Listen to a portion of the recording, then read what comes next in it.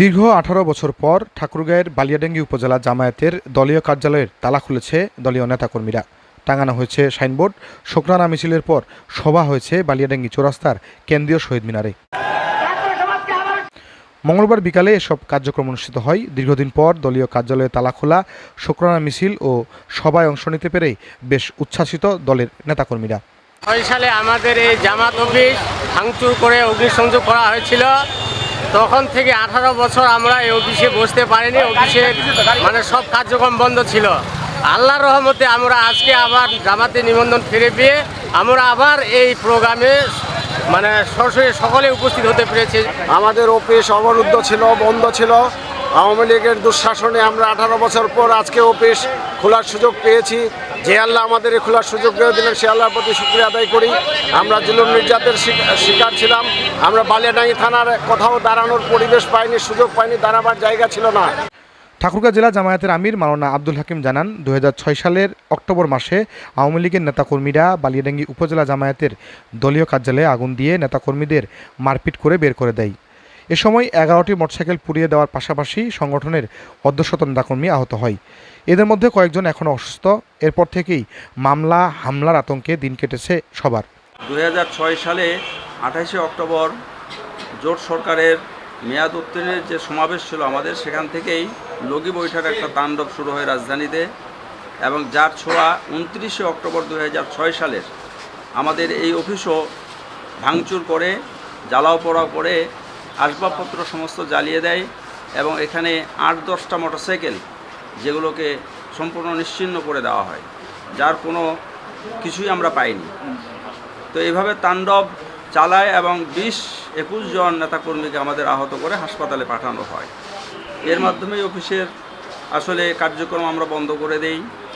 পরবর্তীতে কেয়ারটেকার আসলো এবং এই বর্তমানে পরাজিত শক্তি সেটা ক্ষমতায় আসার পরে 2008 সালের নির্বাচনে আমাদের নেতাকর্মীদের উপরে যে নির্যাতন শুরু করে সারা দেশে, তার এই ছোঁয়া বালিয়াডাঙ্গিতেও লাগে।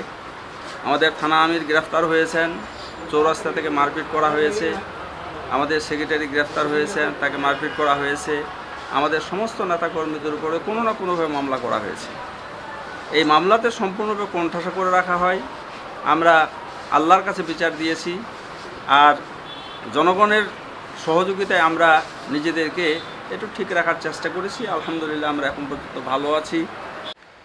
গত 5 আগস্ট ছাত্র জনতার অভ্যুত্থানের মধ্য দিয়ে দেশে দ্বিতীয় স্বাধীনতা পাওয়ার পর মঙ্গলবার দুপুরে স্বৈরাচার সরকারের জারি করা জামায়াত শিবির নিষিদ্ধ প্রজ্ঞাপন বাতিল হয়েছে। এজন্য সকলে মিলে দলীয় কার্যালয়ে উপস্থিত হয়ে রাজনৈতিক কার্যক্রম শুরুর অংশ হিসাবে শুকরানা মিছিল ও জনসভার আয়োজন। আজকে 2024-এর 1 আগস্টে একটি অন্যায় প্রজ্ঞাপন জারি করে জামাত শিবিরকে যে নিষিদ্ধ করেছিল, আলহামদুলিল্লাহ আজকে এই প্রজ্ঞাপনও বাতিল করা হয়েছে।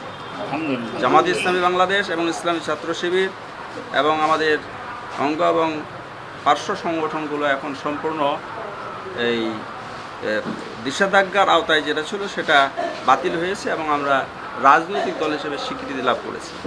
এরই শুকরিয়া স্বরূপ আমরা আজকে শুকরিয়া সমাবেশ করব, শুকরিয়া মিছিল করব।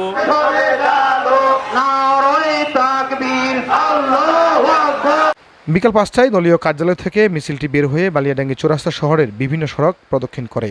এতে জামায়াত শিবির সহ সাধারণ মানুষ অংশ নেয়। পরে কেন্দ্রীয় শহীদ মিনারে সভায় মানুষের ঢল নামে।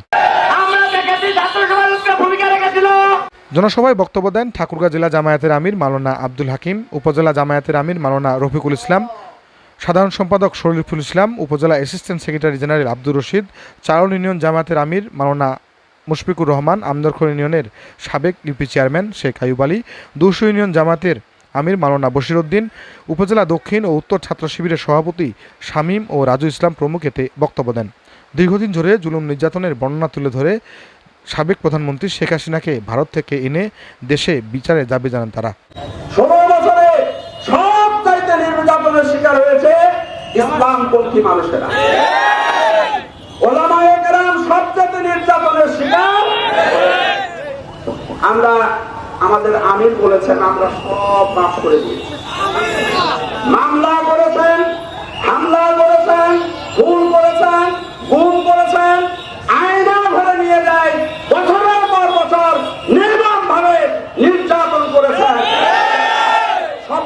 কোনোভাবে মেনে নেওয়া যায় না।